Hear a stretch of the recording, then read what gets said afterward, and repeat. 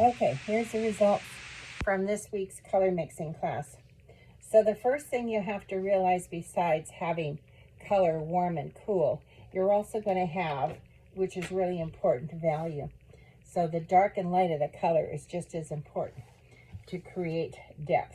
So I showed them on this, different colors with a sphere, and we used our complementary color to create our shadows. And this one's done in acrylic and this one is done in watercolor. You can see the value of that. Understanding that those little steps, getting it darker or lighter, are creating the three-dimensional quality. We also talked about changing color. So this one is more about toning a color down. So when you mix them together, you will end up with what they call a motherboard, or mother color. Why did I say mother color? But as soon as you add a color to another color, you change the intensity and it shifts, okay? So, and I did a little bit on mixing complementaries to create your grays. So we just touched on that this week. The main thing was doing this mother color. So you mix all these colors together, creating that color. Then I take that color, mix it with that color, and I get this. Again, taking my mother color, mix it with the orange, and I get that. You can see how the intensity has changed by adding this color. And they all become very harmonized, like you'll see. The same with this group and the same with this group. So you end up with something like this, okay?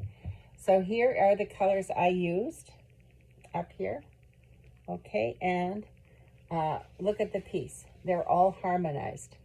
So I'll just show you another quick one here. So this one, I only used 3 colors, red, yellow, and blue. And there's my mother color. It's sort of a brown. Mix it with the yellow, I get this color. Mix it with the blue, I get this color. Mix it with the red, I get this color. Now, you can change it by adding white or black to it as well, which I did. And so here's my color scheme. And look how harmonized it is. They look like they go together. They are not fighting with each other. So that's the cool thing about using a mother color. So then we did these monochromatic colors, these color schemes. So this one was dealing with the tree and the fence and the hill. So this is a monochromatic color scheme with black and white mixed into it to create the illusion of depth. Then we did, or I did, this is analogous color. So this is done with pencil, and it is 4 colors beside each other on the color wheel. This is a triad. So a triad is 3 colors on the color wheel side by side. Not side by side, sorry, equal distance apart on the color wheel. So this is red, yellow, and blue. And of course, this is the complementary one. So, which we kind of did last week with those balls, or what do you call them? Seed pods. Okay, so this is the one I did this week.